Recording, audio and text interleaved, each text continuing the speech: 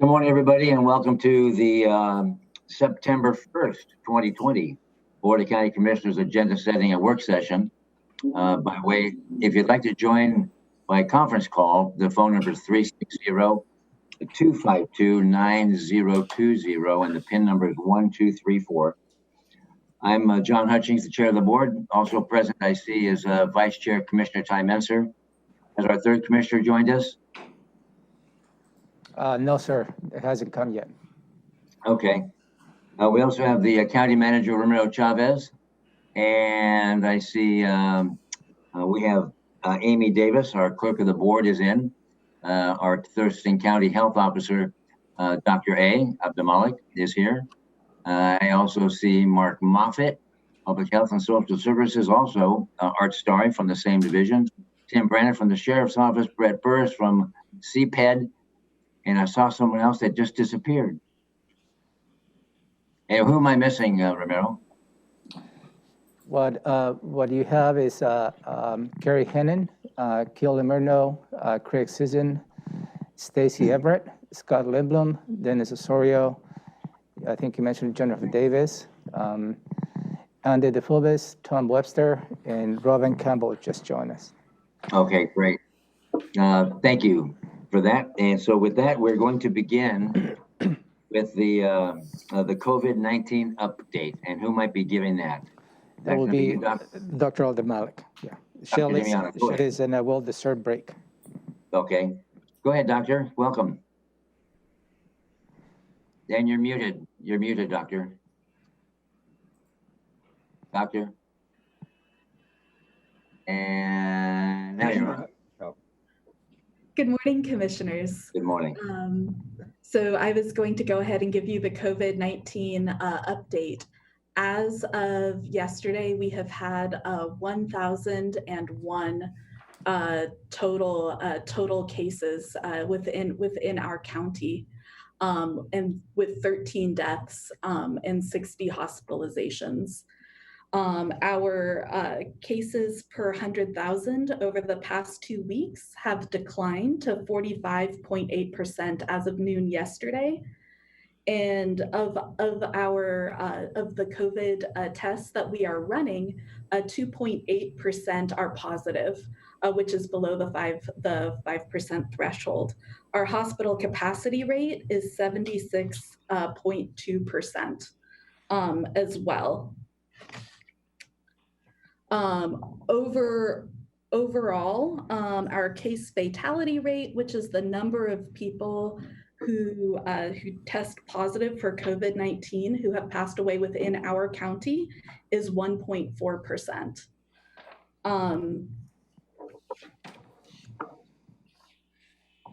We're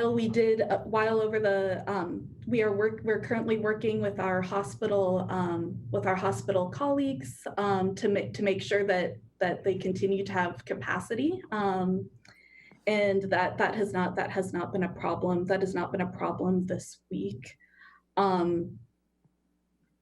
As far as the situation in our county, we are encouraged by the decline in cases in transmission rates over the past 2 weeks.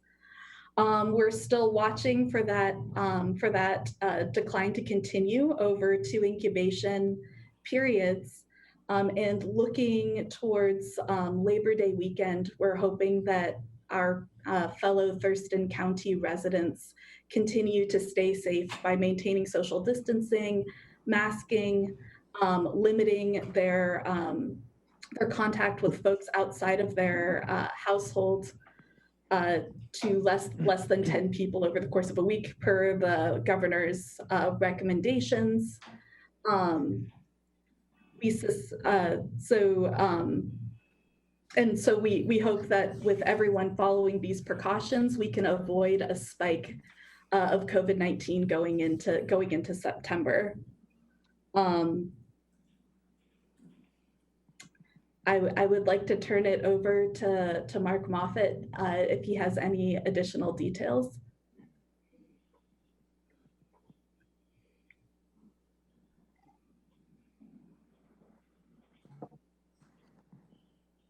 Mark, do you have anything to add? If you're muted, there you go. I'm sorry, I'm having a bad connection today. No, those numbers, I'm filling in for Shelly this week while she's gone. And I was gonna give you some numbers, but Dr. A got that, which I really appreciate. But if you have any questions of me, I'm as you know, I'm the incident commander for the IMT. So if there's anything that I can answer for you, I'm happy to do so. And we couldn't have picked a better incident commander. Commissioner Minister, do you have any questions of Dr. A or Mark? I guess Dr. A, the Questions? 1.4% mortality rate that you described, is that in line with the nation or the rest of the state, or is there something unusual about that? So it's in line with a number of studies that have been conducted on COVID-19.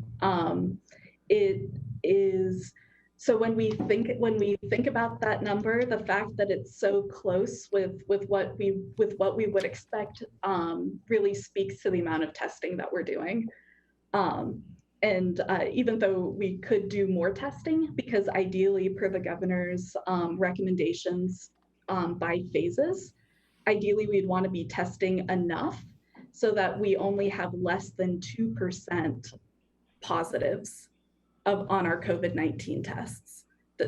And I suspect that when we get to that level, our case fatality rate may drop, but other factors that affect it have to do with who's getting infected. And so folks who are older, folks with other comorbidities, carry a significant higher risk of mortality as well. So there are multiple factors. So the short answer is that yes, this is in line with what we would expect. It could change based on the amount of testing that we do and the population that's getting sick and what their risk factors are for mortality from the disease. On the falling rate, is the thought that the masking is just getting more, accepted and across the board? Is that, or is there some other explanation that is being attributed to the falling rate? Well, I would like to commend all of our Thurston County residents for following the masking guidance. I've seen a significant increase in folks wearing masks just in my own day-to-day, in my day-to-day activities. What I've also noticed is I'm not seeing large social gatherings, and I'm seeing people being very good about maintaining distancing, in shops and stores as well as outside. So it's a combination of all of those factors and the hard work by our Thurston County residents that I think is contributing to the lowering of our transmission rate. One last question for you. I'm tracking and familiar with the situation with the jail, but are there other congregate care issues going in Thurston County at the moment? Whether, I guess an outbreak can just be as many as 2 cases. So I'll use that word because that's how it's defined. Yes, so we are monitoring and collaborating with a number of groups on outbreaks. So one of the reasons why we had a huge spike in our outbreak reporting was because for certain types of facilities, so while 2 cases over a period of 14 days that are linked is the case definition in most situations, the definition did change for long-term care facilities and residential care facilities to be just a single resident or a single worker. And that's part of the reason why we experienced a spike in our outbreak reporting was a change in outbreak definition. Oh, okay. All right, I guess that's what I'm remembering and wanted to check. Thank you. So Dr. A, I have a question. What is the current status of the jail regarding inmates and staff? So at this time, we completed a first round of testing, which found 8 positive inmates and 3 positive staff members. We completed a second round of testing, and we're still getting final results back from that round of testing. But to date, there has been one inmate and one staff member who have tested positive. Okay, So a total of 9 inmates and 4 staff, Doctor, overall? Yes, that is correct. Thank you. so that's considered an outbreak.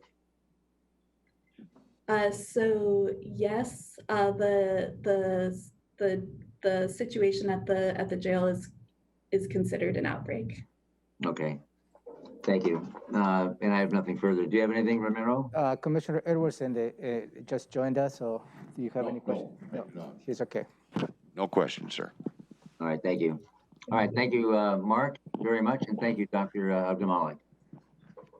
And now we're going to move on to homeless strategies, and I would imagine that's going to be Keely Mayer, or no? Yes, good morning, Commissioners. Keely Good Marino morning. with Public Health and Social Services. I apologize in advance. I may have to turn this over to Tom Webster, but it's a very brief update. So just an update on the ERAP, which is the Eviction Prevention and Rental Assistance Program that was launched this last week. It has been reported that there are 158 appointments already for individuals to meet with Community Action Council and apply and receive eviction prevention and rental assistance. So that's exciting. We've launched several different social media ads. CIC has, and I believe Thurston County Public Health has as well, in several languages. We have the flyers in 4 different languages, and we do have a Spanish-speaking language site, I believe, or that's in the works. As far as other updates, it's been a fairly quiet week. However, with the Deschutes Parkway construction that was to occur the 24th through the 28th, requiring all vehicles to temporarily move, I received notice on the 28th that they found excuse me, that's my dog. They found some more damage than they anticipated, and so they have put up more permanent no parking signs for Deschutes. And so those vehicles which were displaced are going to not be able to return to Deschutes Parkway at this time. And I will be meeting with the Department of Enterprise Services today at 10 a.m. to get an update on their rulemaking. And that rulemaking process was started last year at this time to just determine what was the pathway for those vehicles to move somewhere that wouldn't be just kicking the can down the road, so to speak. So I will have more information, unfortunately, at 10, but I'd be glad to give an update next week on that conversation. Yeah, that'd be helpful. Thank you, Keely. Commissioner Menser, any questions? No. Commissioner Edwards? No, sir. Okay. Thank you, Keely, very much. Go ahead, Ramiro. Commissioner, related to the eviction rent assistance program that Keely just mentioned, I do have on the agenda later today where the board can discuss a little more in detail some of the policy perhaps the staff is suggesting as we move forward with this program. So just want to give you a heads up, and for the public to also see there is an additional item on the agenda related to the ERAP. Okay, great. Thank you for that. Thank you, Keely. And now we're going to begin the review of the Board of County Commissioner draft agenda for this afternoon at 2 o'clock. We also have attached to that not only the meeting, but we have a public hearing right after that meeting on the 2019 HUD action plan. So we'll kick off the meeting, convene at 2 p.m. And the Pledge of Allegiance led by Commissioner Edwards, approval of the agenda and board meeting minutes, and then an opportunity for the public to address the board. Ramiro, do you have any idea or inkling? Not at this point, Commissioner. Okay, commissioners, anything regarding public address? No. No, sir. Okay. County manager's update.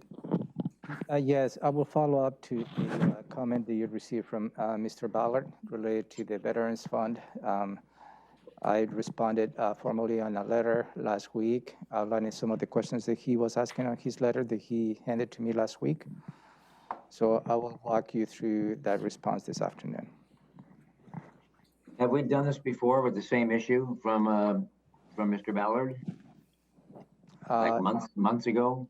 In what term, sir? That it was the same allegation regarding the Veterans Fund.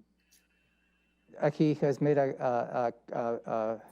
some testimony, public testimony in the past, but he submitted a formal letter, so I responded in kind. Okay, all right, thank you. I just knew it sounded very familiar.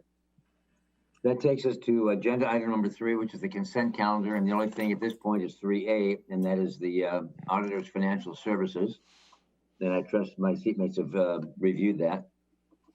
So we move on to department items. The first one is agenda item number 4, the Sheriff's Office, request for proposal for pharmaceutical services for the correctional facility. Yeah, you reviewed this item last week, Commissioners, and the Sheriff's Office is requesting for you to allow the Sheriff's Office to go with that request for proposals to secure the services of a vendor for pharmaceutical services on the Thurston County Corrections Facility. The current contract with Omnicare for pharmaceutical services, it was from January 1st, 2015, and lapses on December 31st, 2020.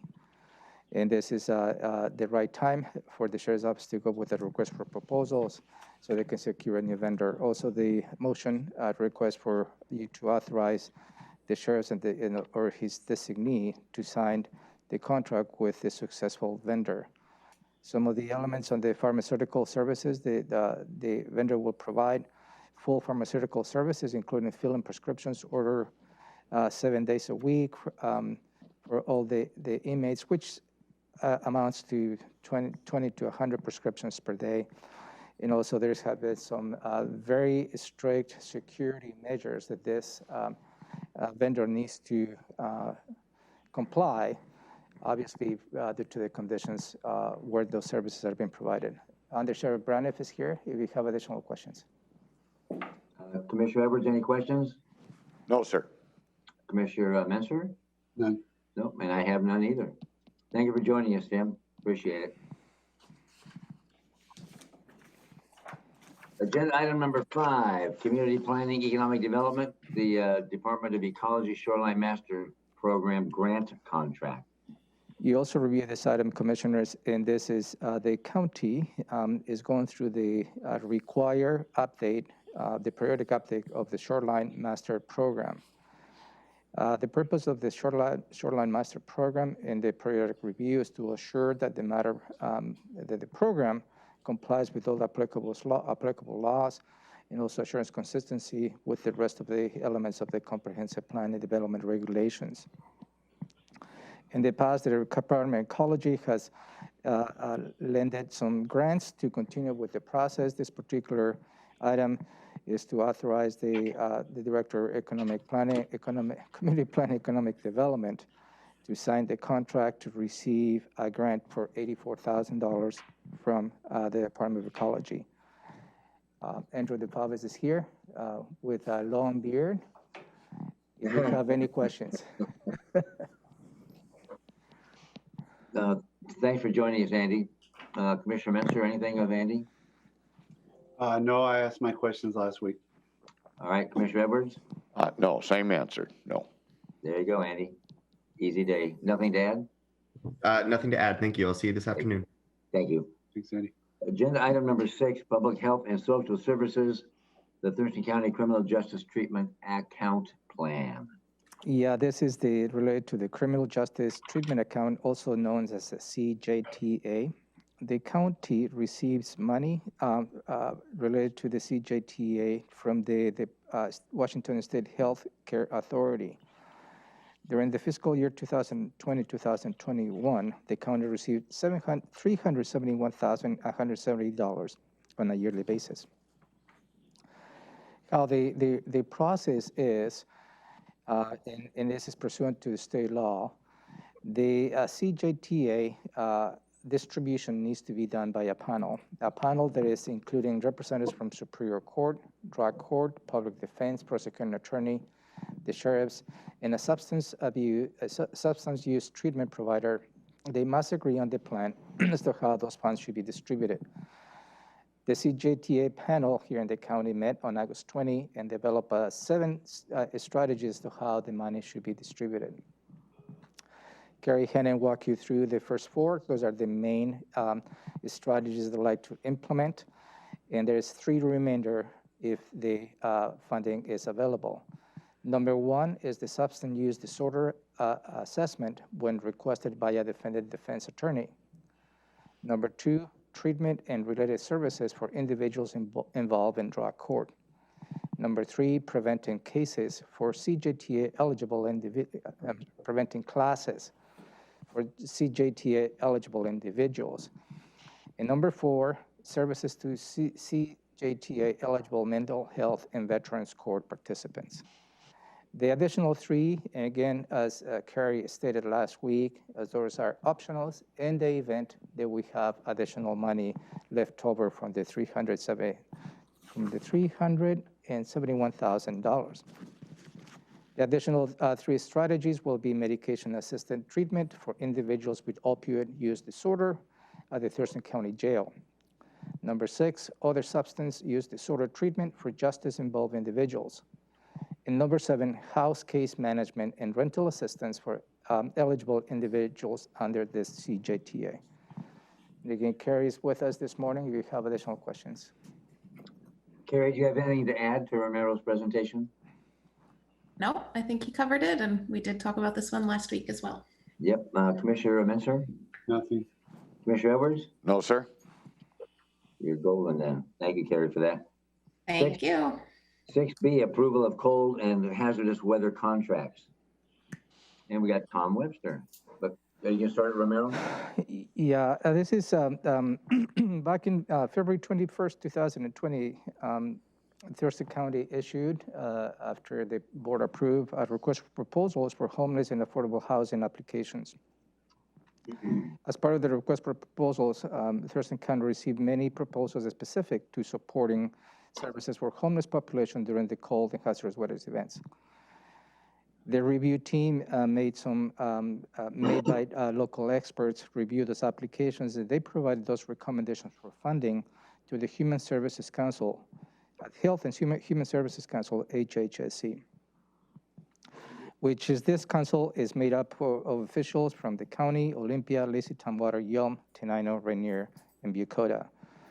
The HHAC in May 2020 discussed the recommendations by the technical team, and they submitted some recommendations to the board for award grants. The board has already taken an action in allocating the majority of these funds. However, for the cold weather, they have set aside because they wanted to, staff wanted to suggest awarding those contracts as the cold weather season is coming upon us. The proposal before you is for you to consider allocating money to 5 outfits related to the cold weather. One is the Community Youth Services for Young Adult Shelter in Cold Weather, that's $62,000. Family Support Center, the Per Blossom Place Cold Weather for $70,000. Partners in Prevention Education, Shelter in Place for Cold Weather, $68,000. To Interfaith Works for hazardous weather, $15,000, and for PIPE, Shelter in Place hazardous weather for $15,000. That amounts to a total of $230,000 and goes from September 1st, 2020 to August 31st, 2021. And Tom is here, Tom Webster is here to answer any additional questions you may have. Tom, do you have anything to add? No, sir. That's a thorough summary. Okay. Commissioner Edwards, anything for Tom? No, sir. Commissioner Menser? Nope. There you go. Thank you, Tom. Thank you. Moving on to 6C, approval of the interlocal agreement to create the Regional Housing Council. Yeah, this is somewhat related to the previous item, which is the, in part related to the Health and Human Services Council. And as you may recall, last September, there was a call for somewhat action among all the different jurisdictions here in the county, which we started having discussions as to how we're going to be addressing the issues related to affordable housing and homelessness in the county on a regional approach. Through this process, there has been a lot of energy, a lot of interest on having this regional approach in strategies. The result of this long process is a interlocal agreement, a interlocal agreement between the county and the jurisdictions that includes Olympia, Lacey, Tumwater, Yelm, Rainier, and Tenino, and the town of Bucota.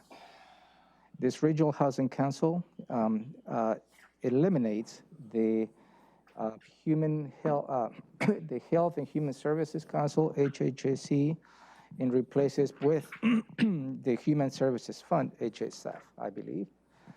So in the Regional Housing Council, and again, this is, at least from my perspective, I have been involved from the beginning, is a long time coming.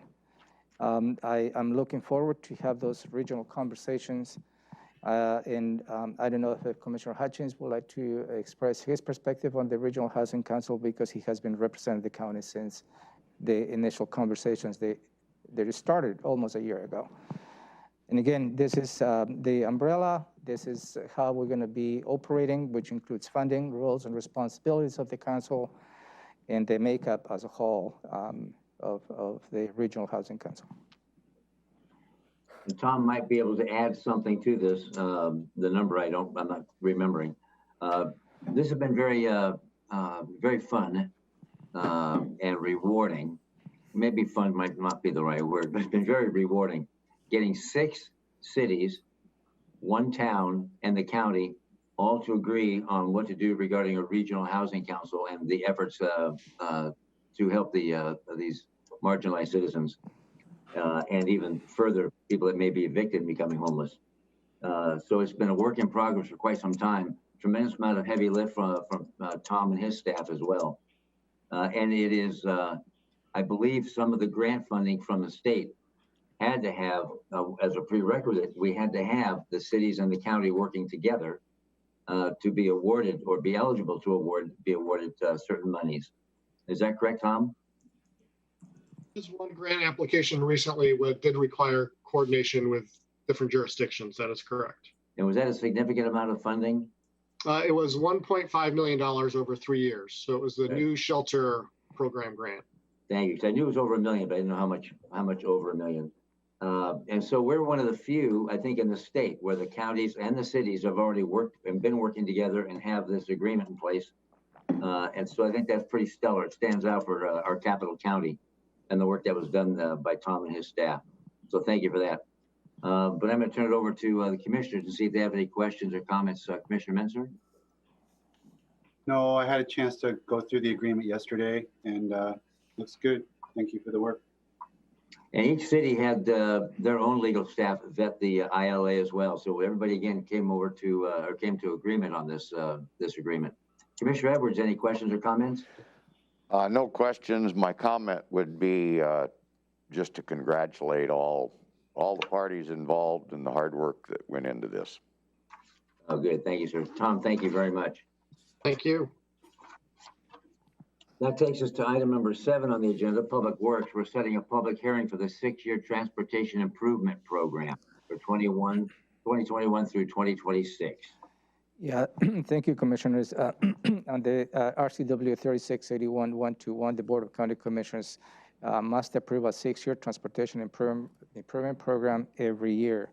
Staff provided you with a briefing, I believe 3 weeks or so ago. Where staff walk you through the elements of the transportation improvement program.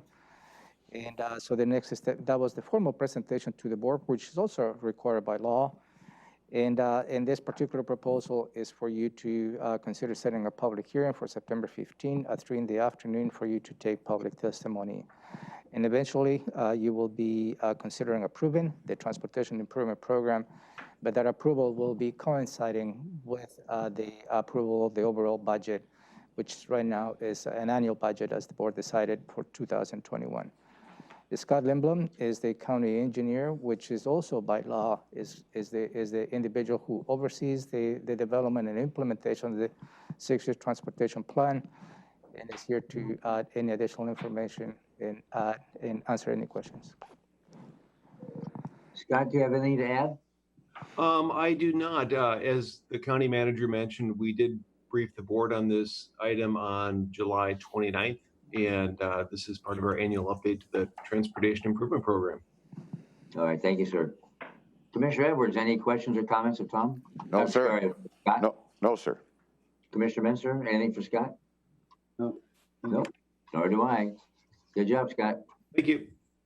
Thank you, Romero. That takes us to agenda item number 8, which is the commissioners reporting back on our work sessions and committees and such over the last week, and the county manager covering our agenda for next week. And then we, 3 o'clock p.m., or right around 3 o'clock p.m., we're going to have a public hearing, public health and social services regarding the 2019 HUD annual action plan. Yeah, Commissioners, the public hearing is for you to receive a public testimony on the amendment of the 2019 Housing Urban Development HUD Action Plan. As you may recall, the county received $717,852 related from the Community Development Grant Program, also known as CDBG, but it was related specifically to the response of the COVID-19 emergency. So as a springboard of the Regional Housing Council, in having that the stage already in place, the board decided to have this also a regional conversation as to how the CDBG money should be distributed across the region.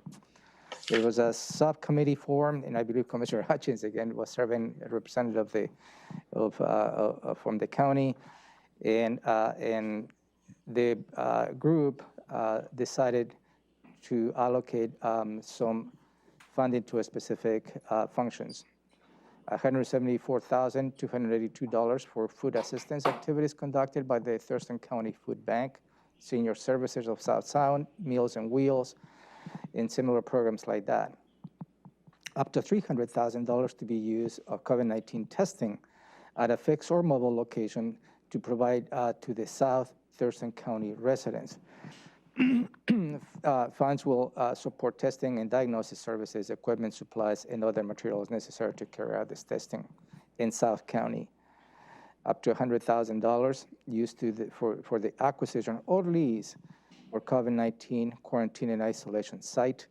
And that's well needed because the isolation and quarantine will go beyond this year, as you may know. And also $143,570, which is 20% of the allocation for administrative purposes, and the staff conducts and manages those funds. And as you know, any federal fund has a lot of strings attached, a lot of reporting requirements, and a lot of activities that we need to meet, and the staff is well versed on that, and that is why we keep the administrative services. You receive a letter from the city of Lacey questioning perhaps the having the set aside the $143,570, and they suggested that perhaps 10% should be adequate, and the remainder should be distributed to the rest of the programs. The set aside is allowed by law, is 20%, I believe. And again, this is something that you receive already as part of the public testimony. Tom, you'd like to add anything on that? Just to expand on that a little bit more, the administrative funds do need to be spent within a certain time frame, and so we've committed, if we do not spend all the administrative funds within, I believe it's 1 year, that those funds need to be spent, that we would redirect those to the food assistance project. So, we only spend what we bill and work on the projects. So if there is money left over at the time when we can expend administrative funds, we will direct those to the food assistance activities. Thank you for that addition, because I like the fact that we're going to be doing that. Administratively, there's a tremendous amount of staff hours that go into managing all these grants and then reporting back to the entities that provide the monies. Tremendous amount of accountability as well. So it uses up quite a bit, but whatever does not get expended will go right back into food. I love the fact that the senior citizens, Meals on Wheels, and Food Bank are receiving funding for this, and the $300,000 for COVID testing for our South County residents was powerfully important for me and the board as well. So I'm really happy with that. And I understand that Shelley's even out still, I don't know if she still is, probably not this week, shopping for ambulances. She has been shopping for ambulances, yes. That is so cool. Because those poor South County folks need some help. And that's why we're stepping in and help out. Questions or comments, Commissioner Menser? So on this topic of the administrative fee, I've seen anywhere from 10 to 20% seems to be the kind of range, and depending on the context and what the contract is and whatnot. So in going through the Regional Housing Council agreement, for example, there's a 10% provision in there because the county's playing some kind of administrative role. I guess my question is just, what is there an aspect of this particular grant that puts it in that 20%? And that's a factor of 2, so that's a pretty substantial range. And I know that it's not always apples to apples. Is there something particularly about this that puts it in the 20% appropriate versus 15 or 10 that I've seen in other contexts? So the CDBG program, the federal regulation allows for 20%. So it's within the regulation of the federal. So every year the county takes 20% of its CDBG to pay for our staff. So this is consistent with the way we've managed this funds. And I'll say the CDBG funds do have a higher burden than other state and local dollars. We have, especially around the federal NEPA environmental review process that we conduct. Also, there are prevailing wage rules often that accompany these funds that we need to monitor. So there's a slew of federal regulations that come with these dollars that we must oversee and support and implement. But the 20% is regulatory under the CDBG program. Thank you. Commissioner Edwards, anything, sir? Yes, I'd just like to commend Tom and his crew for spending under that 20% and then allowing that money to go to other good causes. So thank you, Tom. Welcome. So thank you, Tom. And that, again, that's for this afternoon's public hearing for the HUD annual action plan amendment. So thank you. Yeah, and commissioners, this afternoon, you have 2 actions for your consideration. One is to close the public hearing. And of your consideration is the second action, depending on the public testimony that you may receive, to approve the fiscal year 2019 action plan and the amendments. And again, this is an option for the board, depending on the public testimony. You don't have to take that action, but as an option for you, as we have done it in the past. All right, thank you. And thank you, Tom. Thanks. That takes us to the Tuesday, September 8th, 2020 agenda. And typically after a holiday on a Monday, and Monday the 7th is Labor Day, but we would not have a BoCC meeting, but we've got some things to take care of, not only a public hearing, but also a Board of Health meeting that day after the BoCC meeting. So we'll convene the meeting at 2 o'clock on the 8th with the Pledge of Allegiance led by Vice Chair Commissioner Menser, approval of the agenda and today's meeting. Commissioner, yes. So I'd assume you're having that meeting. I just want to confirm that. Well, I just presumed that since I had the agenda, that we were going to have the meeting. If that's open for discussion, we can discuss it. No, because I brought the agenda because I didn't have the opportunity to talk with the board whether you'd like to cancel it or not.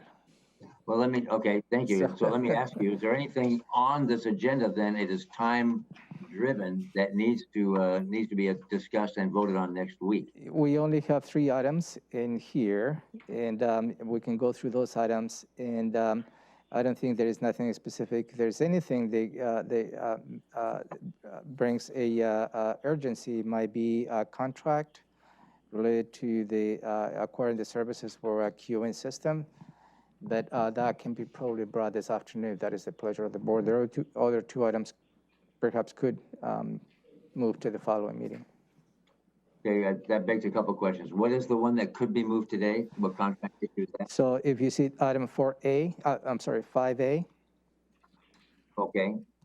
And also, okay. Yeah, and also you may consider moving item 6A, and that's a road closure, if that is the pleasure of the board. The other item could wait.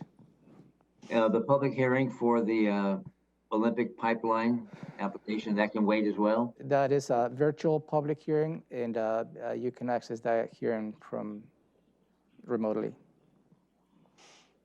Okay, and regarding the Board of Health then? Yeah, I and don't- since the chair of the Board of Health is here, this is a good conversation to have. But again, we have 4 items. If you decide to have the Board of County Commissioners September 8th, and I believe we'll have some items, 2 items on the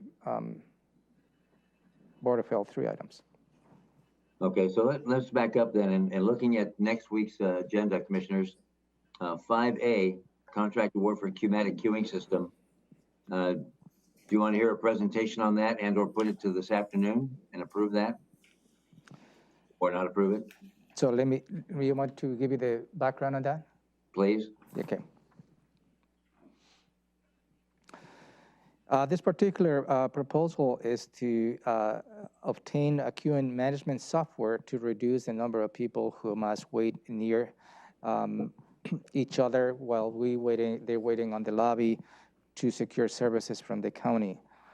The information technology IT has met with several state groups, includes the auditor, the assessor, the treasurer, was I believe the courts, and they have identified the Qmatic system is the one who probably meets the demands of a queuing system. The system will provide automated customer queuing, where the customer can select the specific services needed in person at the county. The system will provide line management and reduce the amount of people in close proximity in county facilities during the pandemic. The queuing management system will also help streamline workflow for staff, as they will have a better idea as to how many people they are waiting online electronically and what services they really are, the citizens are specific to secure from the county. And again, this is an item that you approved during the CRF process. This is going to be funded by the Coronavirus Relief Fund. The proposal is for you to consider authorizing the director of IT to sign a contract for up to $200,000, $318.39, which includes 10% contingency, I believe, and also for you to waive the competitive bidding requirements in accordance to RCW 3904-2081C, and also under the emergency declaration that you passed, which the county is still under, which is under Resolution 15907. Dennis Osorio is here to give you additional information on that. All right, Commissioner Edwards? Yes. Any questions of Dennis? Yes. Is this a time element? Because before long, we're going to be running into a time issue on spending the CARES money. So that's one issue. And then I guess for Dennis, I would just ask him, even though we might waive this, is this in accordance with prices or within the price range that we would normally come within if we did go out for a bid? Because we're doing this because of the time element. So I'm just wondering if you've looked into that, sir. Good morning, Dennis Osorio, IT Director. So we did look at 5 total products and did full demos on those. And then I think we have around 8 offices and departments that want to participate currently with this Qmatic system. So that's why the scope has kind of gotten bigger. Initially, I think the initial Corona relief funds were just for one of the buildings, but we wanted to expand that so we don't have multiple systems throughout the county. That's just going to impact the customer experience. As far as pricing goes, they all seemed, we went more from a requirements perspective. So we had as many business folks from the business side in there to see what would meet their requirements. And then we just extrapolated that out to cover everybody who's interested in it. But you are correct. That is why we are here today trying to move this forward, because we do have that October 31st deadline that we're working towards to spend these funds. Okay, that satisfies my request and information. Commissioner Minster, anything? You covered most of it right there, but I guess I'm still, so am I, because my question was going to be in, is the $200,000 in line with what we thought we were going to be spending? And it sounds like you're saying it's a little more because more departments are wanting to participate. And so then my question is, how much more than what we thought we were spending? And I don't have the exact number in front of me, but I believe the original number was 40 to 50,000. But that was only one building. So we've expanded, basically across the entire county. So most of these are location based. So it's how many of these systems you're going to put in at how many locations that's going to drive the cost up. So the extra 150,000 is coming from the 700,000 we held back for contingencies? Is that where that money would be coming from? Actually, the additional funding, the board had approved 2.9 million for expenditures through May, and only a fraction of that was spent. So the additional money is coming from the leftover funds of the 2.9. So we still have the 700,000 intact. So the 2.9 was allocated for what, like general IT related stuff? The 2.9 was for any purpose, any eligible cost incurred from March through May. So we spent it on IT, we spent it on supplies, we spent it on time, labor cost. Yeah, labor cost, yeah. That was the chunk to catch all before of money spent prior to us making the decisions. That's correct. And once we went through and determined eligibility of all of the costs that had been coded, there was some overlap with the things that were requested on applications, and there were some things that were not eligible to claim. So we have a chunk of that 2.9 million left. Very important piece of information. Thank you. Yeah, and if I may add to, this might be a good time to provide some additional update on the CRF funds, not necessarily related to this item.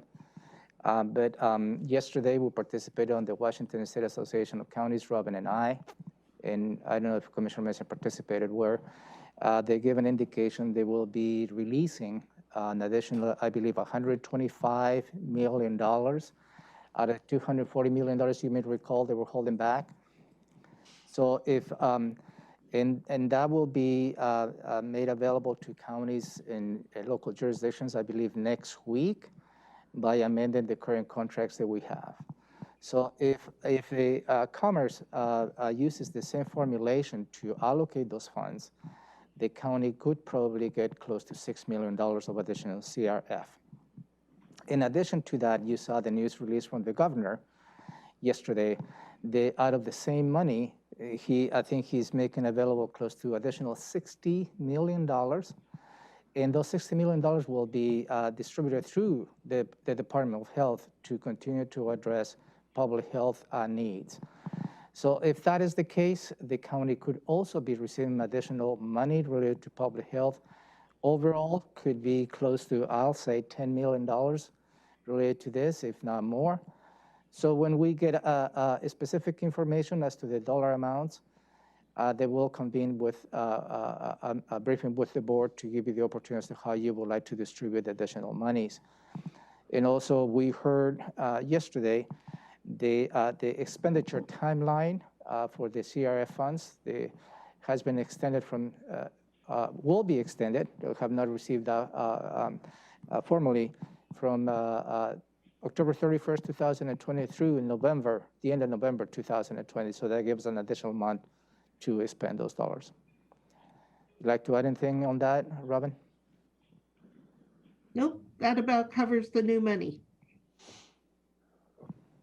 All right, thank you for that good information. I'm going back to Dennis now. The Qmatic queuing system, has it been an issue thus far at the county with people queuing up for services? Yeah, there's been definitely a lot of interest in a system of, that would provide this service. I think right now a lot of it's just being done manually.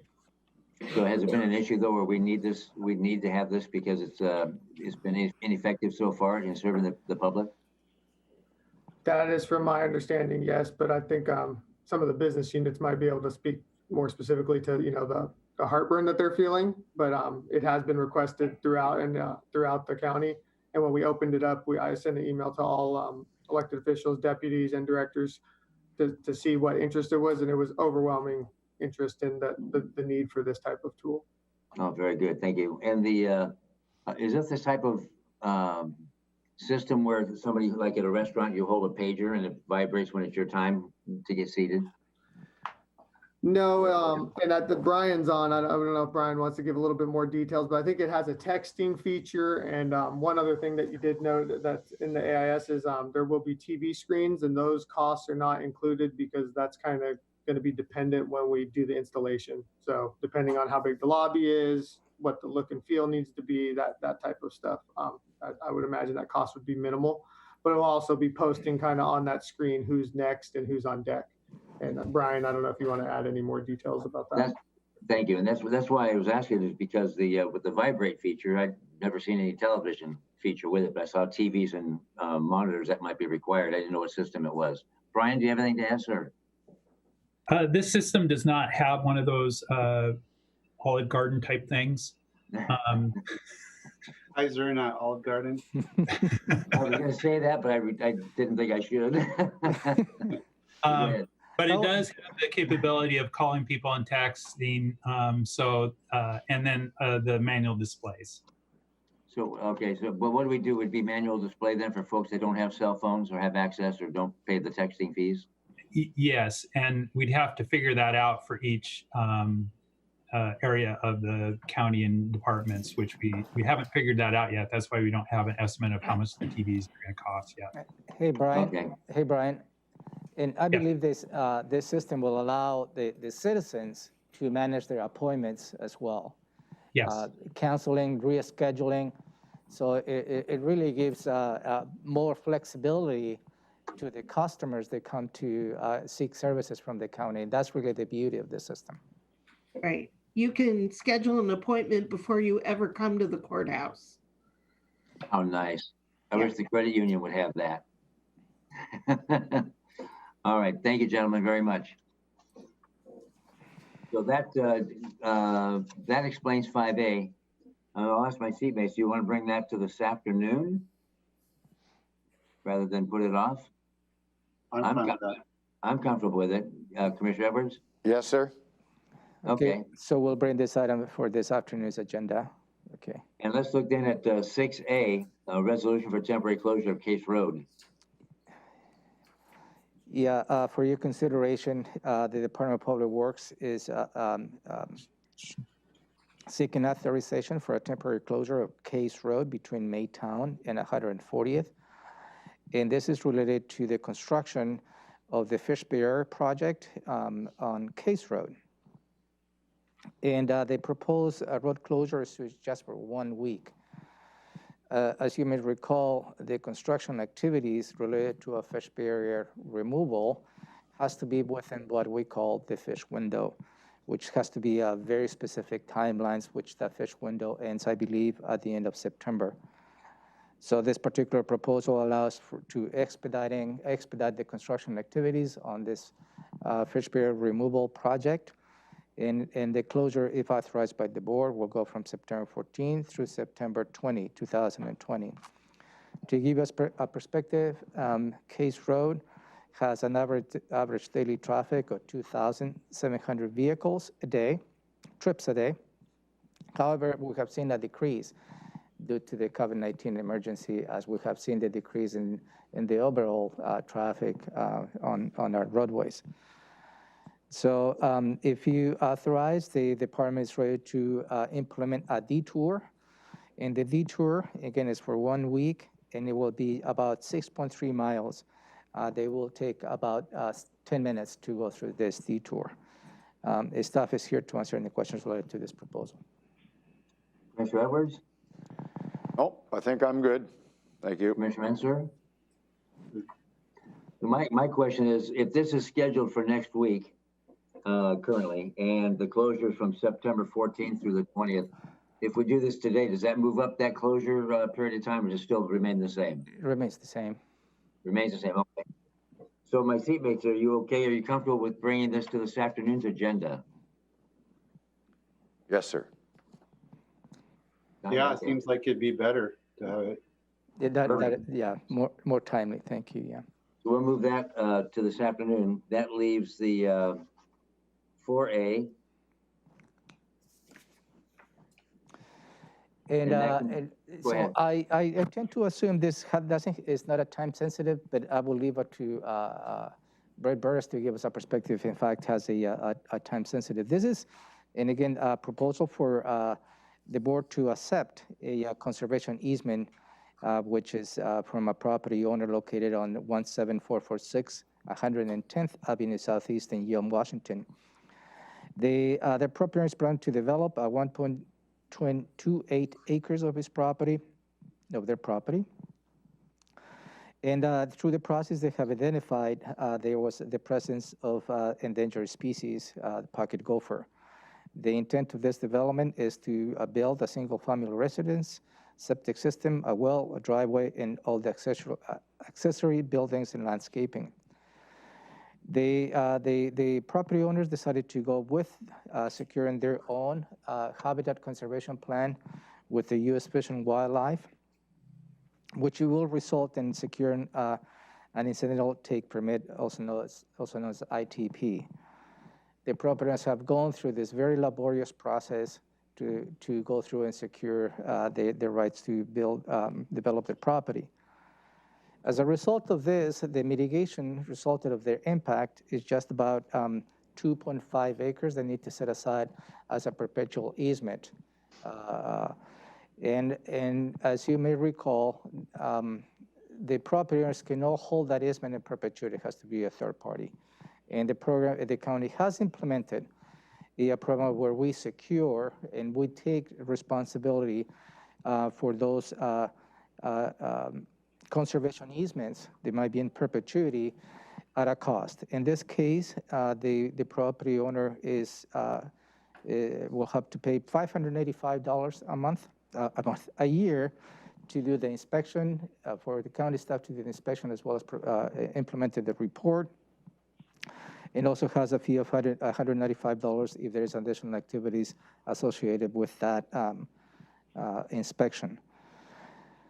And again, this is, as you've seen, I believe you considered this to a larger context last week from Puget Sound Energy easements they had, a little larger context, but the principle is the same. So Brad is here to answer any questions and perhaps answer the question whether this is a time-sensitive matter for you to consider. Go ahead, please, Brett. Thank you very much. Thank you for the summary. I obviously want to speak on behalf of the applicant who is eager to move forward with this project. However, this can be decided upon at a later date if the board does choose. Okay. Commissioner Messer, do you have any questions or comments? No. Commissioner Edwards? Well, I guess my question to Brett would be, so if we waited and did this in 2 weeks, it's going to have no effect on this individual that is trying to move forward? This is just a one-family home? It will affect the individual in terms of timing. The Habitat Conservation Plan, the easement, has all been approved through U.S. Fish and Wildlife and reviewed by our prosecuting attorney's office, Travis Burke. So it is ready for a decision if the board elects to accept conservation. Okay, well, I'm ready to make that decision and accept it myself, but. Yeah, my recommendation is for the board to consider bringing this item today. Yeah, I have no issue with that at all. I think that's fine. Commissioner Menser? Yeah, let's just do it for them. They've obviously waited long enough. Fine, we'll move this to the day then. Thank you, Brett. This is that's a good action. Very good action. And they would pay $585 a year then to the county to maintain. Yeah, and also an additional hourly fee if needed if needed. of $195, and that is just the regular language that we have on the compensation as part of that agreement. Okay, good. That takes care of that. And then the public hearing for 3 o'clock on the 8th of September, we can remote in on that. That's the application of Olympic Pipeline Company. That is correct, and I don't expect to have much of a public testimony on that. But I have been surprised in the past. And again, we're planning to have a virtual public hearing. I will be sitting in this room just to make sure that I help manage the people who might be coming in person to provide testimony. But again, I don't expect much of testimony on this. Craig Sisson is here if you have any questions related to that public hearing. Any questions of Craig? No, sir. Doesn't sound like it. I guess my suggestion, because we've asked questions about this when it first came up, but my suggestion for Craig is just to kind of lay out, if he wasn't already planning to, just kind of lay out the scope of what this is about, because, you know, liquid petroleum, I mean, those are fighting words to some folks in the community, and this is not an expansion necessarily of activities that, you know, gas lines that we have for our barbecues and things like that are running around, whatever. I mean, just to lay out what it is and what it isn't is probably going to be useful for folks to hear. Okay.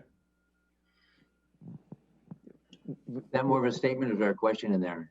No, it was a suggestion just for for how it's presented at the public hearing next week. Yeah. I didn't want Craig to be caught off guard by if I ask a question of that nature. And yeah, and you're right.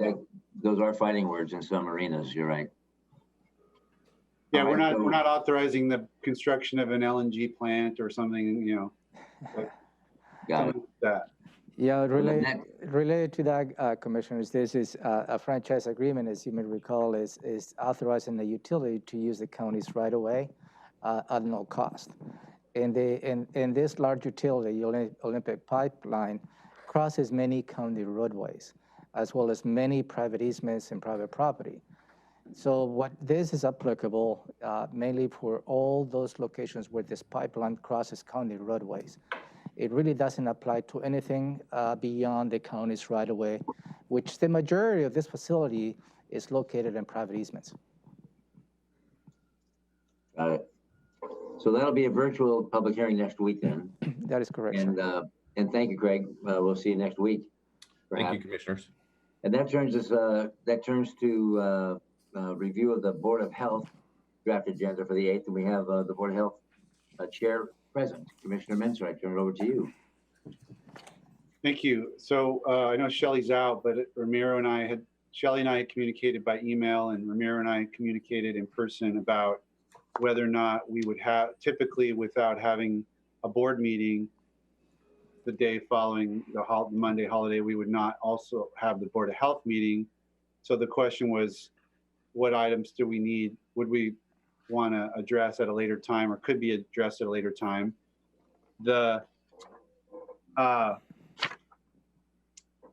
main item on the written agenda was the vaping ordinance and setting a public hearing on that, which I believe is something that we could do in October.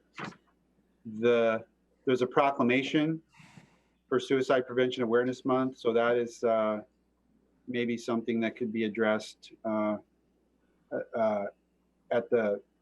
just speaking out loud, but thinking out loud, but that could potentially, if we didn't want to lose that, we could address it maybe at the 15th, by the board. And then there is an item here, though, a resolution appointing an alternate local health officer. That's not something I discussed with either Shelley or Ramiro. So Ramiro, do you want to?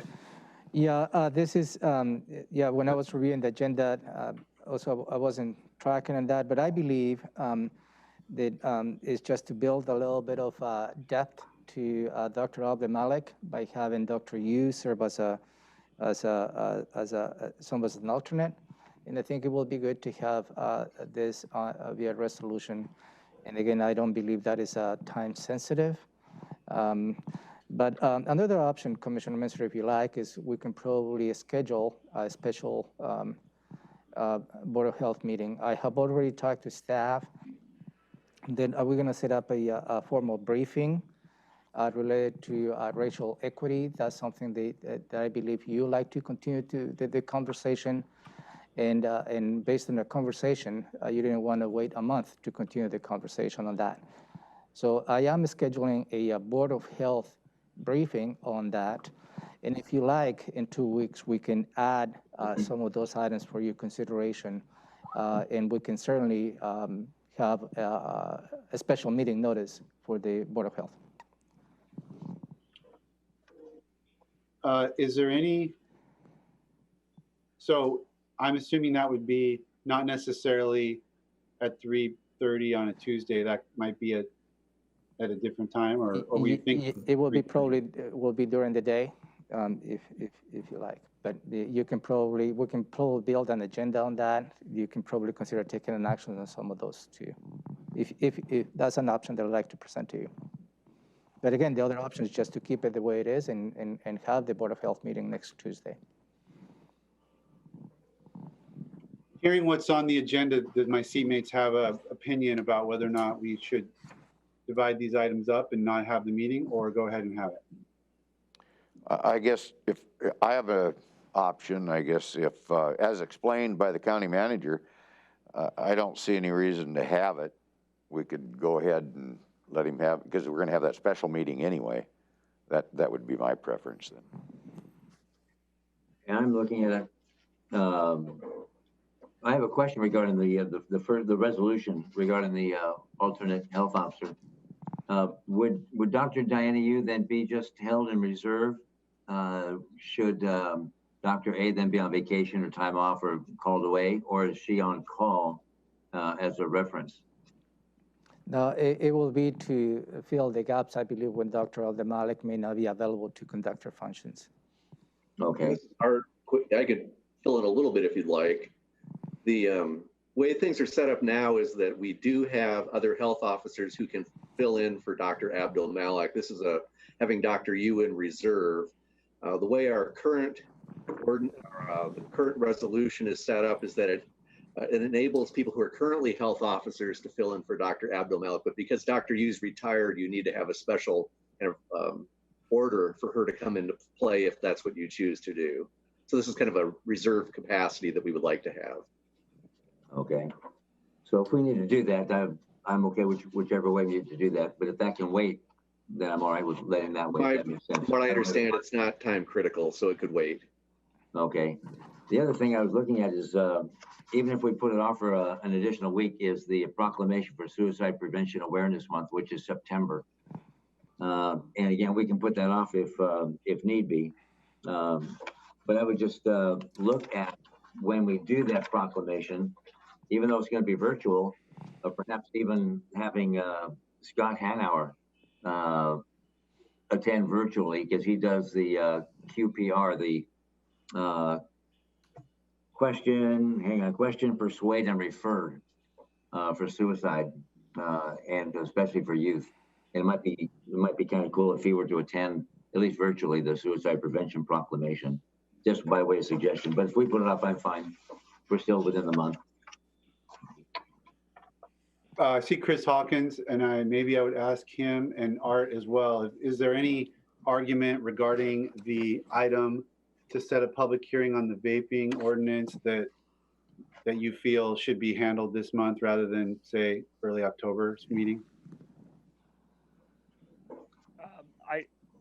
Speaking for our tobacco and vaping prevention program staff, I would say that moving it out a week is certainly not a problem. We had envisioned doing the hearing in October in conjunction with the October Board of Health, which I think is a later second Tuesday in October. October 13th.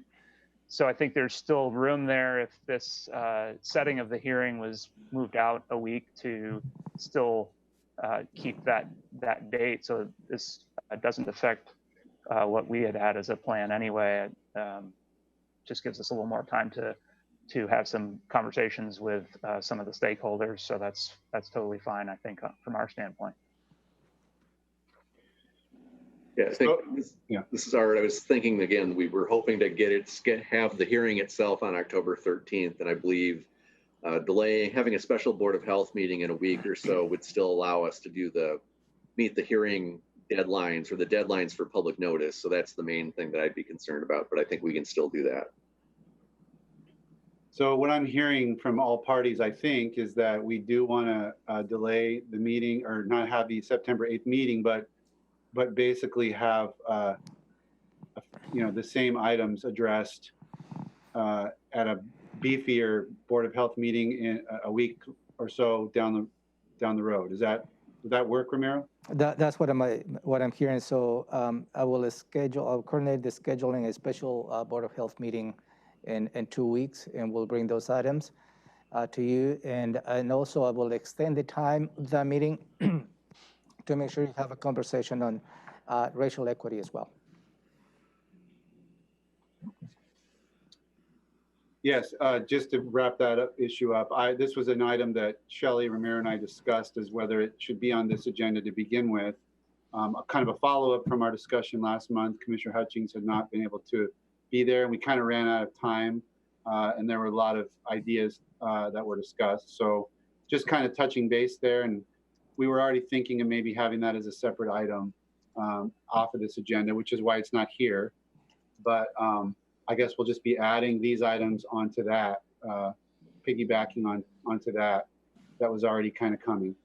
Does that make sense to everybody? Yes, sir. It does. Thank you. And since I wasn't in attendance because I was on vacation, what do you do when you're on vacation? You go back and you watch a 30 or 40-minute Board of Health meeting to catch up on it. So it was a great conversation. So yeah, I look forward to that as well. Okay, thanks everybody. That'll wrap up Board of Health. So thank you. Just to review for the public then, the Board of County Commissioners agenda, or the meeting for September the 8th is canceled. We will still have the public hearing at 3 o'clock. We'll do that virtually.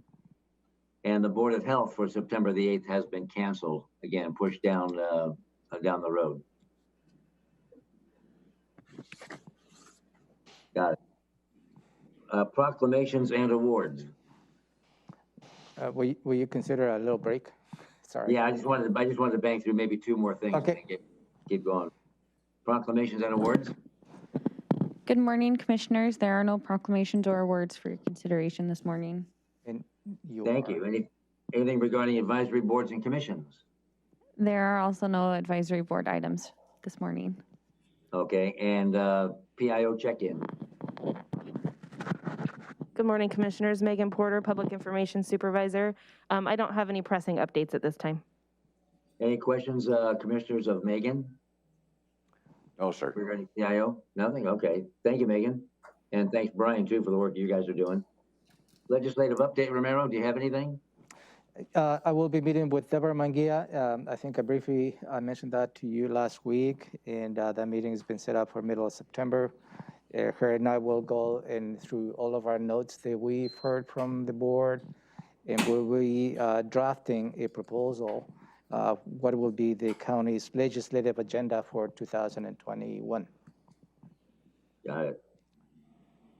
All right.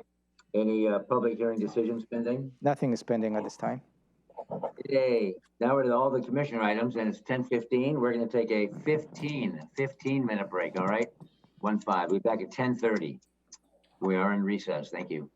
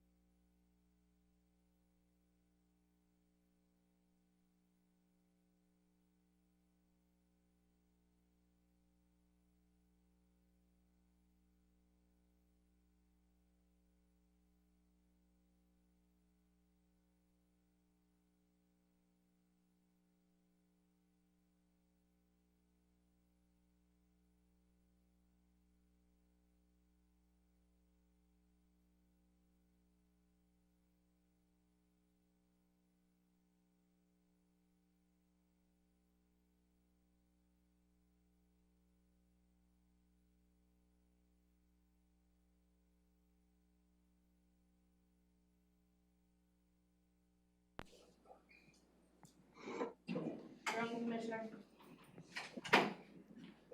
Okay. Welcome back. We're continuing on with the September 1st, 2020 agenda setting work session. We are now down to the commissioner items. And the first item out of 6 or 7 is hazard pay, discussion and decision. Commissioners, thank you. This is an item the board decided to bring back on a monthly basis. Were you considering approving, continue to approve hazard pay of a 5% to the 24/7 operations? That includes the Sheriff's Office Patrol, correction officers in juvenile facilities, as well as security staff here at the courthouse, and some portions of the coroner's functions. And again, the past approval was took us through yesterday. That was August 31st, and I'm bringing this item for your consideration again. I continue to state. My recommendation to the board is to stop the hazard pay. I think it creates an uneven playing field for the rest of the staff in the county that is responding to the COVID-19 emergency. Discussion. Commissioner Menser? Nothing. I very much appreciate the work our sheriff's office is doing, and I don't ever want my comments or votes to be taken in any other light, but I just think that we shouldn't be continuing this policy. Commissioner Edwards. Yes, I'm going to stay consistent now more than ever, especially with what's going on over in the county jail and the staff over there that are working, trying to solve that problem. Thank you. All right. Well, if my seatmates will indulge me, I have just a few things to say. It's going to take a couple minutes. After 35 years in law enforcement, it was an easy decision for me to make to award hazard pay, not as a benefit, but as a temporary recognition for the hazards that corrections officers and sheriff deputies face. And yet now the sheriff and some staff make this an easy decision for me to reverse.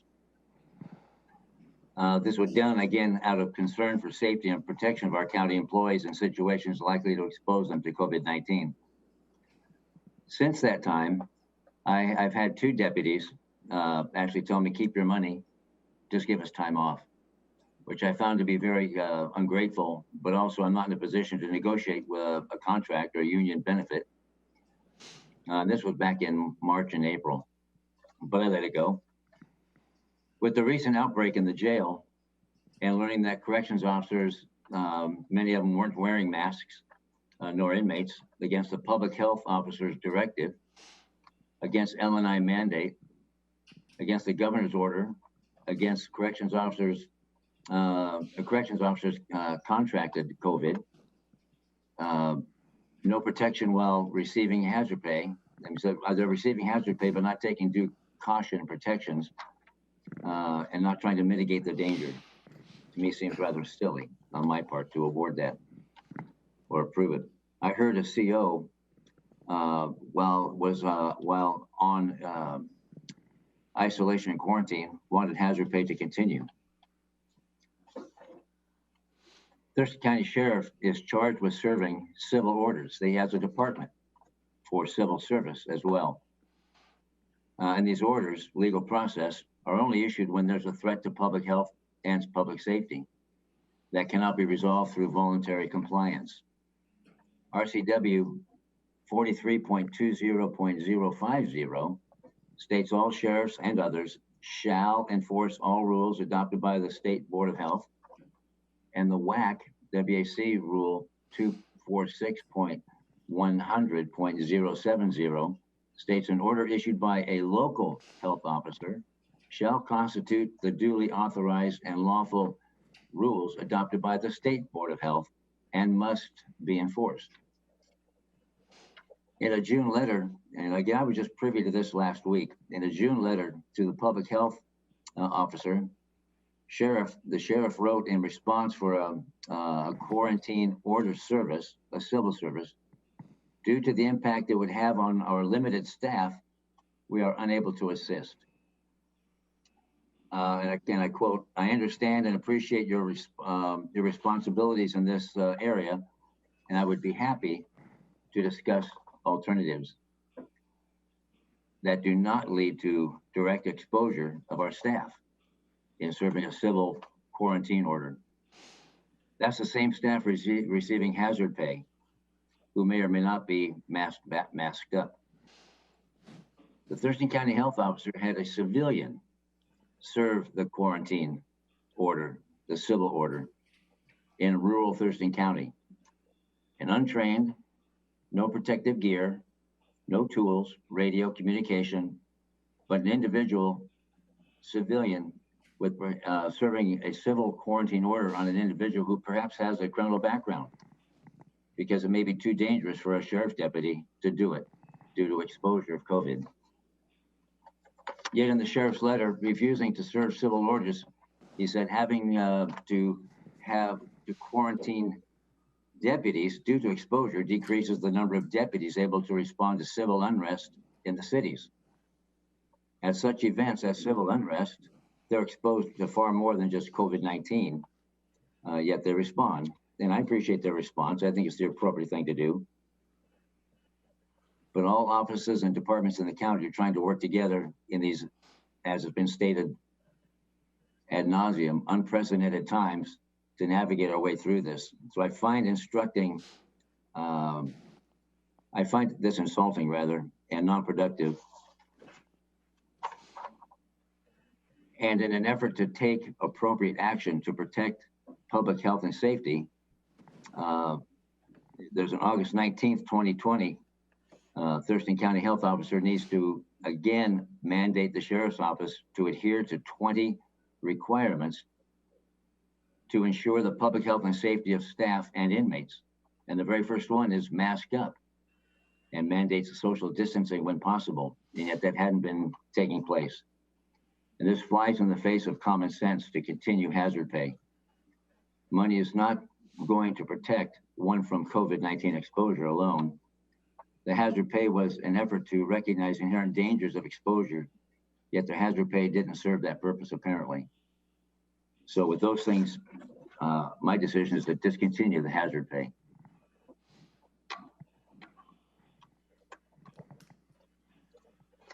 Okay. Thank you. All right, that takes us to item number 2, completely unrelated, impervious surfaces. This is a follow-up. Commissioner Edwards had a conversation with me in related to the impervious surfaces, and I thought it was perhaps timely to have staff provided with an update as to where we are in that process. And as you may recall, this is related to the low-impact development, the code amendments associated with that. So I just want to make sure that I bring this item and provide an update on the overall questions of impervious surfaces. Again, this is related to the low-impact development. Josh? Okay. Joshua Cummings, Director of Community Planning and Economic Development, CPED. And so, yeah, appreciated the check-in from Commissioner Edwards on the topic of low-impact development. And I'd say 2 things, and then I'll hand it over to my esteemed team members here, Jennifer Davis and Brett Burris. We've got kind of 2 issues continuing to happen with low-impact development. We've got the docket item issue, which Jennifer will address, and then we had the discussion about how to serve the public that has 2.5 acres and below. There was a complication with that in the past.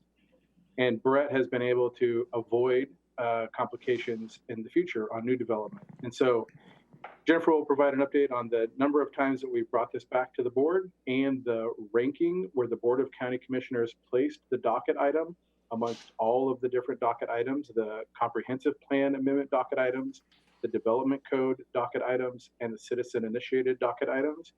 And so Jennifer will provide you kind of that timeline, and Brett will provide you just a quick overview of how we've helped to avoid complications for 2.5 acres and below applicants in the future. So I think let's start with Jennifer. Hi there, Jennifer Davis, Community Planning Manager with CPED.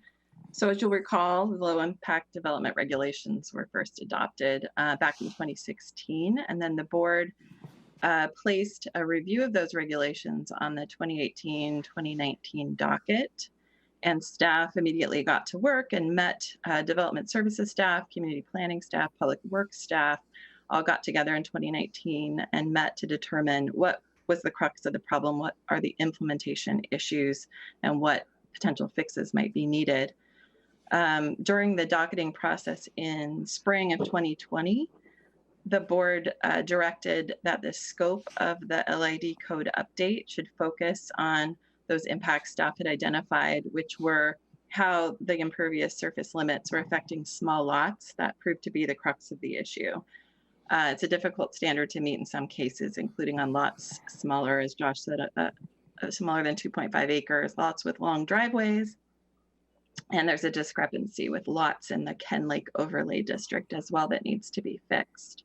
So in April of this year, as you'll recall, the board went through that prioritization process of all of the items on both the comprehensive plan and development code dockets. And this LID update is number 7 on the development code amendment docket among 15 code amendments we're working on.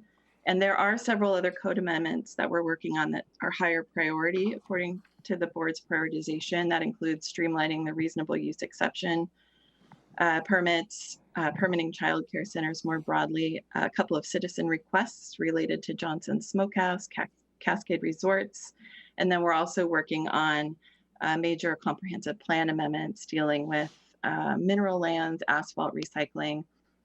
So as you know, for all of these amendments, each amendment proposal requires a public process, review, hearing, and recommendation by the Planning Commission before we can bring it back to the board. So staff's ability to facilitate amendments through that process depends a lot on the level of public interest, the pace set by the Planning Commission, and the like. Planning Commission agendas are full through to the end of 2020 with the higher priority projects I mentioned before. But it doesn't mean we haven't done anything on LID. We actually pulled together a matrix team, we call it, of both our building and development services staff and our community planning staff to start to line out the code changes that are needed to the LID regs for a permanent fix. So they're working on that now. The next steps would be to develop the preliminary set of those code changes for review by the public, bring it to the Planning Commission, and because of the other priorities in play, we're looking at a timeline of early 2021 to bring that amendment proposal to the Planning Commission for their review. And before we jump over to Brett, I'd just like to say thank you on 2 counts. Having the prioritization from the Board of County Commissioners has been extremely helpful. So thank you for providing us that kind of backbone on how our work should proceed. And then also thank you to Jennifer and her team. I believe you have this in your packets. This is the tracking document. Excellent, good. This is the document that has your backbone provided to us and the prioritization of the items. So you can see that we've taken your direction. And even though we haven't quite gotten to number 7 of number 15 on your prioritization, the team has already started work, as Jennifer said, on the matrix team, working towards success on LID. Brett, do you want to provide just a quick little overview of avoided issues on 2.5 and below? Yes, thank you. So for the 2.5 acre and below, the real issue comes up when an existing development or single family home wishes to expand. They have already exhausted primarily most of the LID requirements. And so working with them to be able to accommodate the standards has been the difficult charge, which Jennifer just explained is going to be reevaluated to determine if there's a better approach. As it relates to new development, we do our best to guide the applicants to that standard, meaning that if you choose to develop your property, this is your standard, but there are design elements that may help you expand in the future, which include shortening your driveway or maybe building less of a shop or less of an impervious surface area. So our charge and our guidance is just that, guide them down the path to success while ongoing docket item number 7 and priorities being conducted. Any questions? No, sir. Nope. Nope. Commissioner Mentor, okay. Oh, thank you. That sounds like a good approach. Thanks for working with folks on that. Very Thank you good. for the support. You're on top of it. Thank you.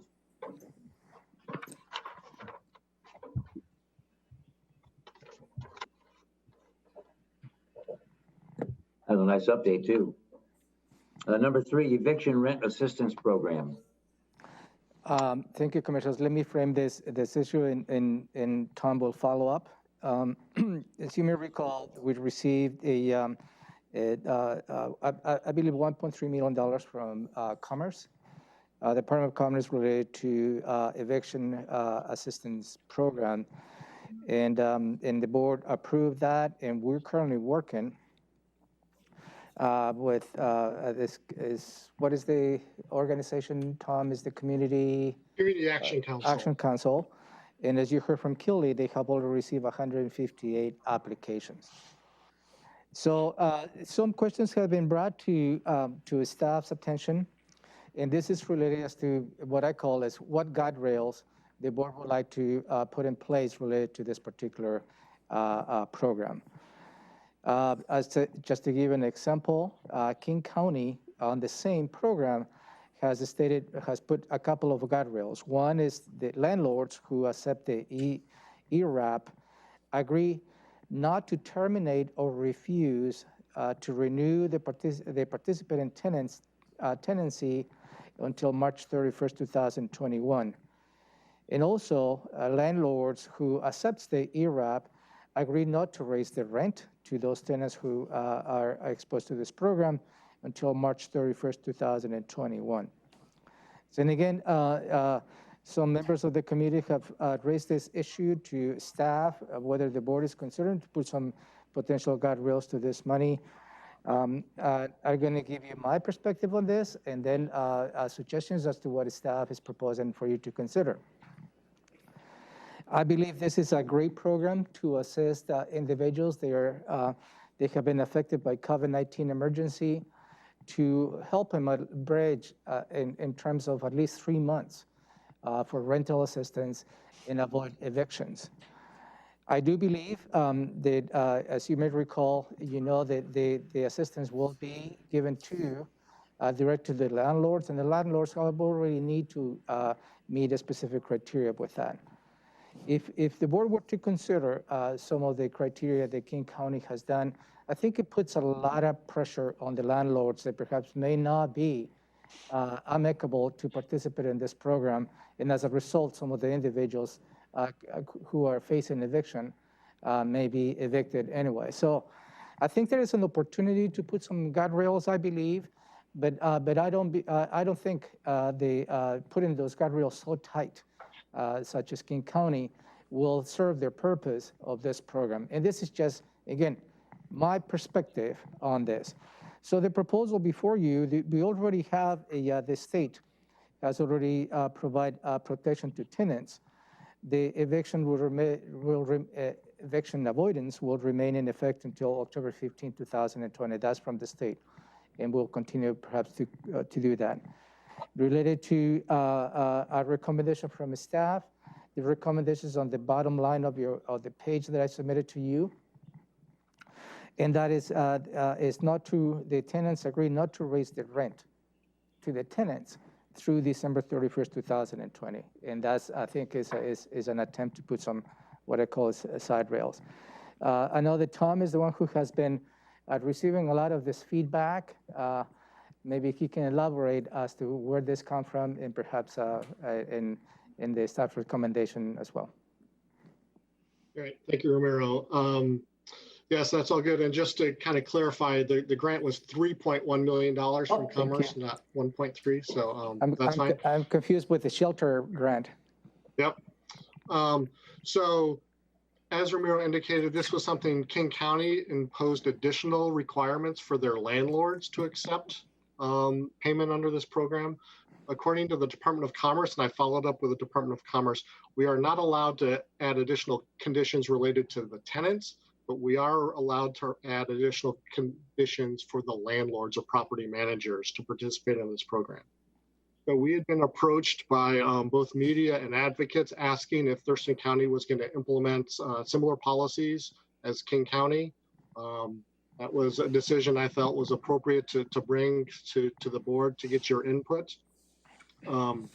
As Ramiro said, our recommendation is not to extend the eviction moratorium beyond what's in the governor's order.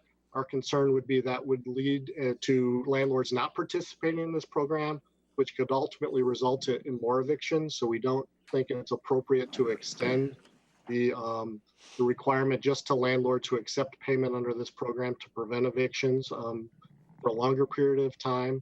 However, the restriction on raising rents did seem to be appropriate. Landlords may have to accept less than full payment under this program. We can only pay up to either 80% of the rent due for 3 months or up to what is considered a fair market rent, which is a level set by HUD. So it's possible that landlords may not be made whole under this program for the 3 months of rent payment that we are making. So it seemed appropriate to put some protections in there for tenants so that landlords do not immediately try to raise rent following receipt of this payment to make up for that immediate lost income that they may receive as a result of accepting this payment. So that is why the recommendation for your consideration is to add that requirement for landlords to agree by accepting payment under this program that they would not increase a tenant's rent through the end of this year, which is when this program runs. It runs through December 31st. So it seemed to make sense to line it up with the requirements of the program. We did include language except to reflect pre-existing conditions before the ERAP application was made that had been mutually agreed to by the landlord and the tenant. So if there was already agreement in place that rents would be raised at a date within this time period, that would be allowed to go forward, but not any new rental increases could be incurred. So and I'm happy to respond to questions. And yeah, Commissioner Edwards, question or comment? No, sir. And are you in line with the recommendations of PHSS staff then? Yes.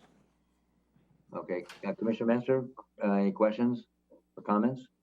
No, I don't need to hear myself talk. I accept that recommendation. It sounds well thought through.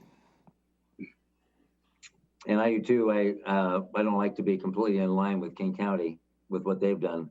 And I like the exceptions that you put in here, the recommendations as well. So sounds like we're all unified on that.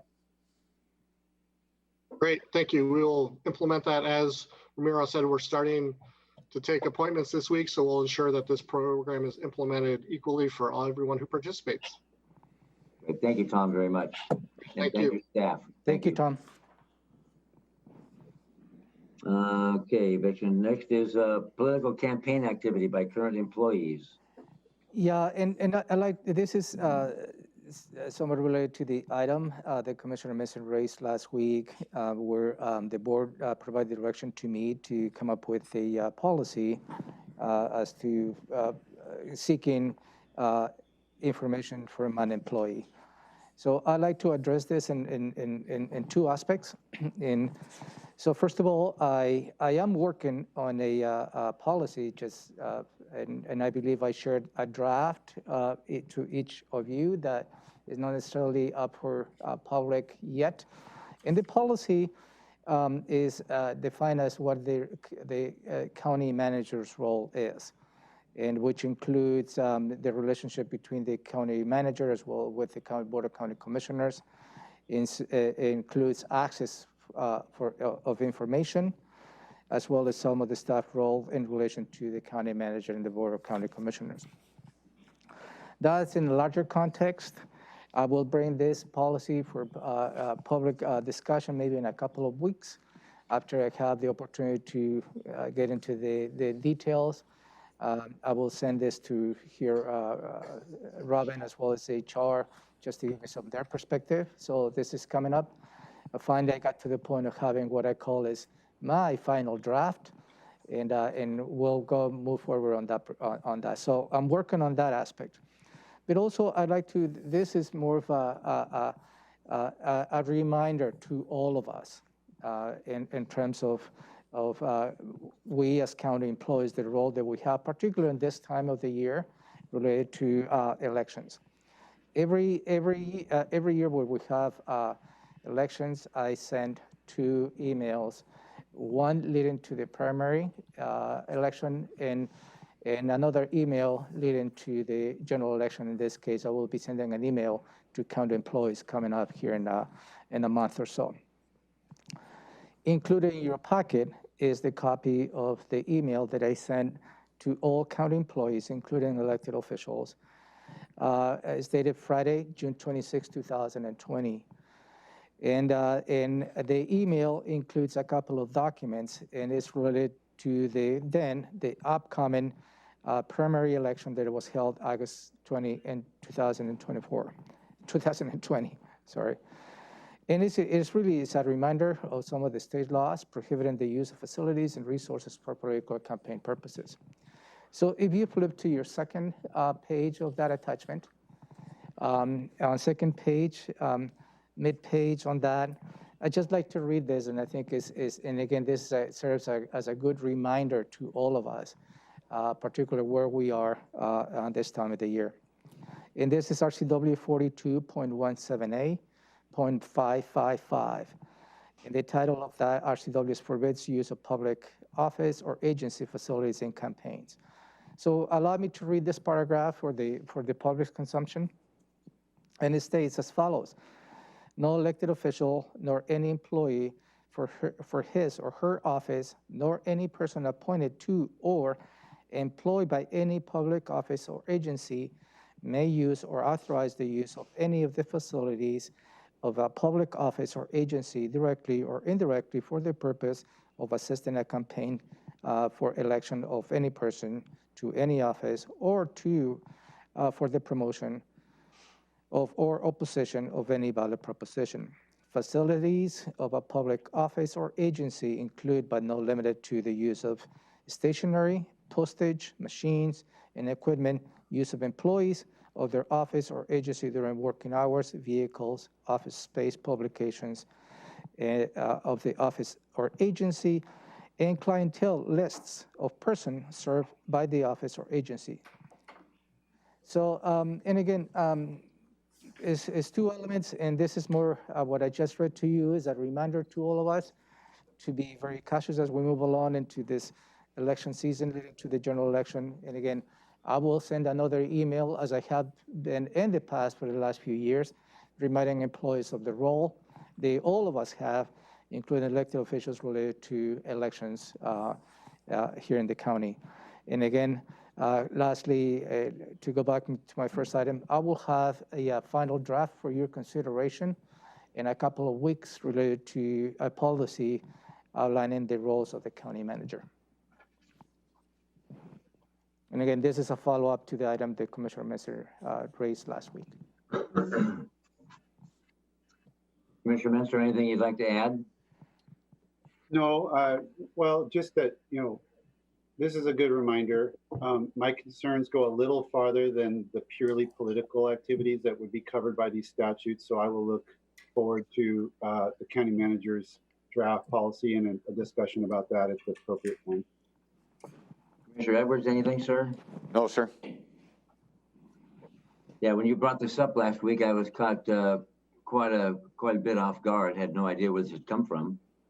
So I also look forward to the county manager's additional proffering of his requirements or expectations, however you phrase that, Romero.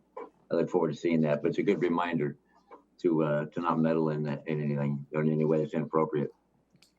Okay, that takes care of that issue then, doesn't it? At this point? Yes, sir.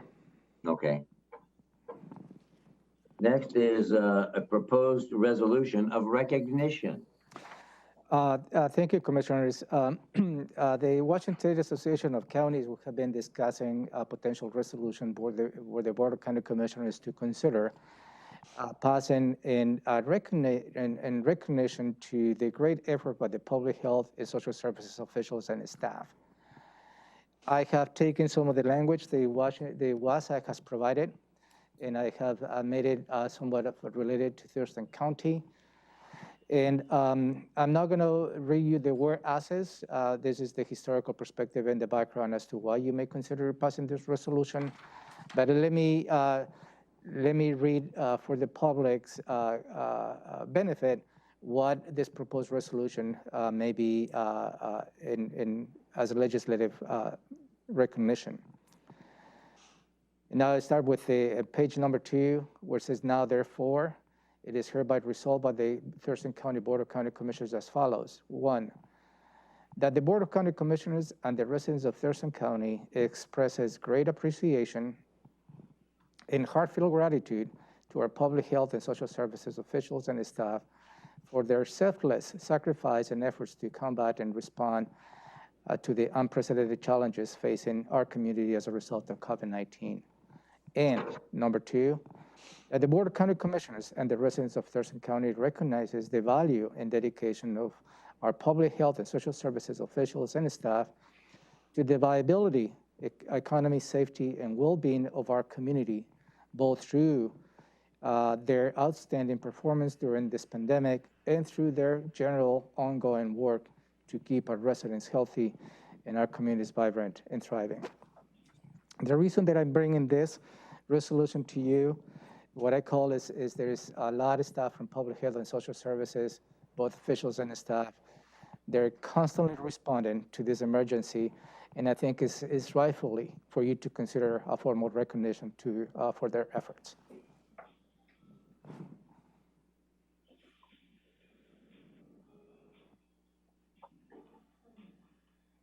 Well, this is pretty thorough, and I sure like that it's recognizing the staff at PHSS, leadership and staff, for their efforts in this during this pandemic.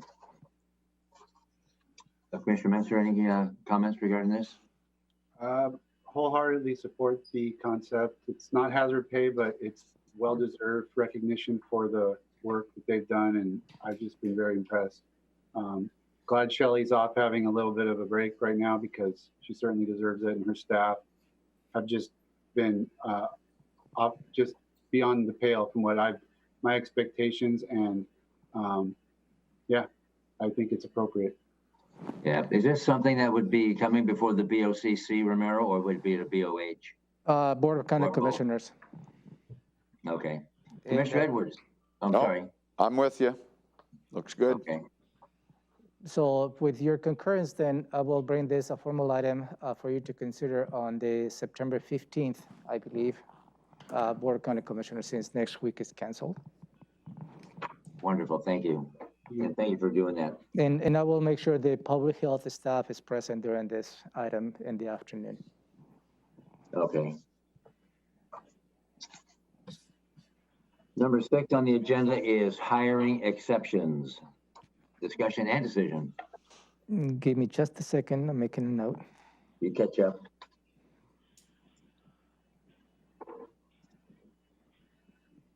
Okay, thank you.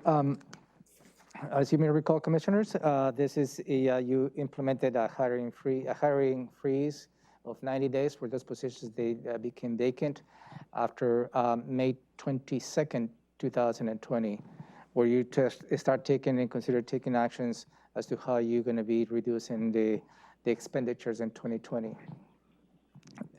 You have approved on a case-by-case basis in the past. You have considered that. And I'd like to bring 2 positions for your consideration today.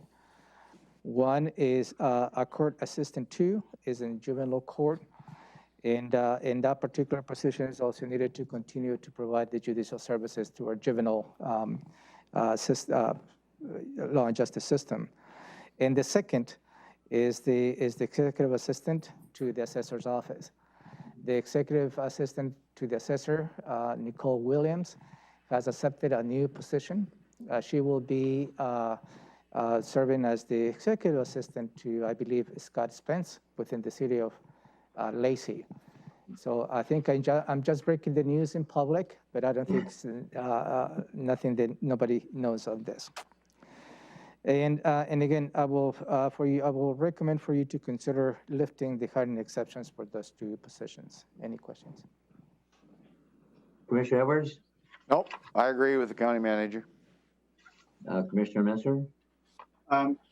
Ramiro, what is can you explain to me again what the chart that we've been provided represents? This is just it's just to give you a tally because I have been working with HR for all the positions to keep track when they become vacant and when the board has taken action and left in those. And also there's some positions that you exclude out of the hiring freeze, which includes the 24/7 operations as well as the public health. And those what you see on your chart as a non-applicable because you excluded those positions when you took this action. So these are, I mean, I'm looking in like on the first page, almost all of them say approved. So are these all of the positions that have come vacant since we made that decision, or are these just ones that have been approved by the board? And there's others that haven't been or aren't on this chart. The one you see on the right-hand side on the column request and exceptions for the hiring freeze, for those who have said yes, is where you have taken an action to approve it. For those who is non-applicable, or are those positions that you excluded from this hiring freeze. That makes sense? I see. So the chart represents all positions. All the positions. This is more of a working document for us to keep track of all the positions as a result. There's this is a good working document, at least for staff. And I apologize, it's overwhelming. And just for our understanding, yes, sir. There's been very few, like I have more fingers than ones that we've not approved to be filled. And on one hand, by the way, and the juvenile court assistant too, can you maybe elaborate if you're able about the sort of the time sensitivity? I mean, in general, we were trying to delay hiring by 90 days, but we can't wait 90 days. Can you explain why that would be? Well, waiting 90 days really is going to put a pressure on conducting court hearings. As you know, the Superior Court is going to start having a jury trials, I believe, here in a couple of weeks. And you heard from Superior Court there is a tremendous backlog behind that.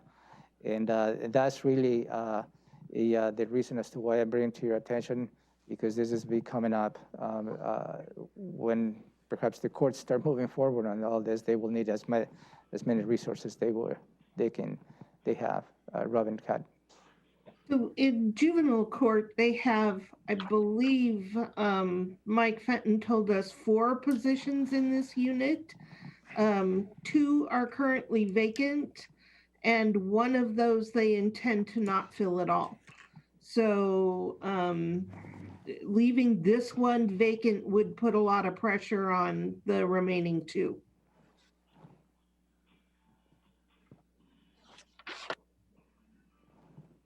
So these are the 2, Ramiro, you're recommending we lift? Yeah, these are the only 2 that I'm bringing to your attention, Commissioners, yes. And may I interrupt, Ty? The juvenile court, that truancy and youth at risk, that's a grant, that's paid for via grant.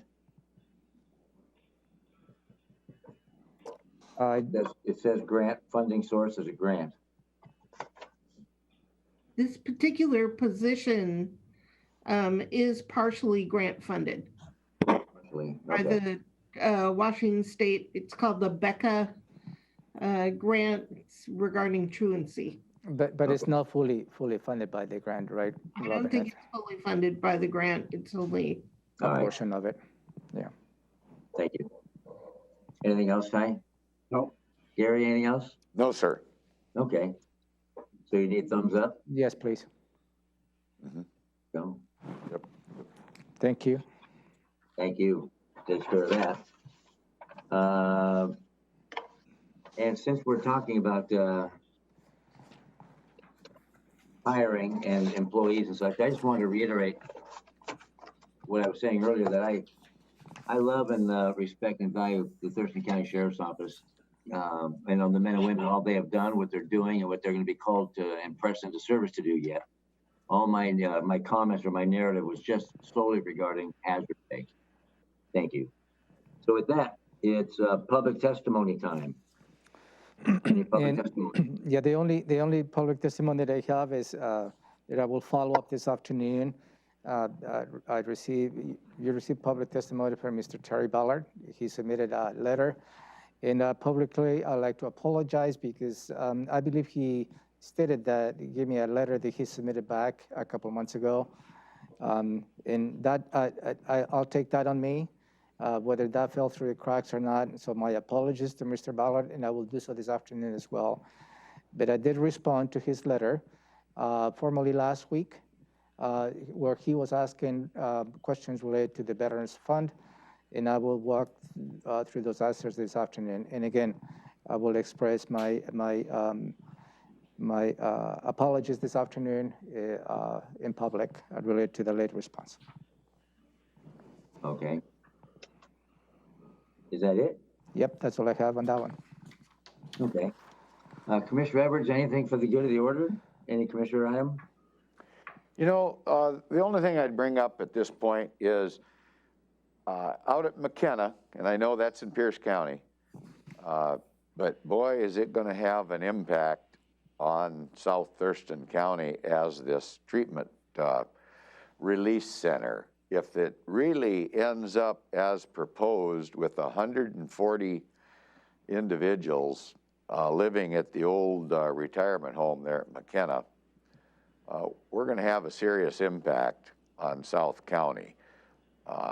And I just bring it to your attention, my fellow seatmates, just so you know that the community out there is pretty riled up. It's outside of our bailiwick, if you will, but it is an issue, and I'm sure we'll be hearing more about it as time goes on.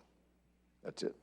I think there was an article on the Nisqually Valley News last weekend on this. Okay, maybe so. Yeah. Probably an update as to what's going on in the community. I haven't seen it yet, but yes. All right. Commissioner Menser, any commissioner items? No. Bring forward? Okay. Robin, anything that you want to address the board? Nope. I have nothing either at this point, so I'm turning to Romero. Do you have anything else to wrap up? No, I don't have anything. I really believe I had a beefy agenda, but the board just cruised through this item, so I appreciate that. Right now, it's the next item on your agenda is an executive session, and I don't know if we have the same Zoom meeting or we have a different Zoom meeting to the executive session. So let me double check on that, please. Okay.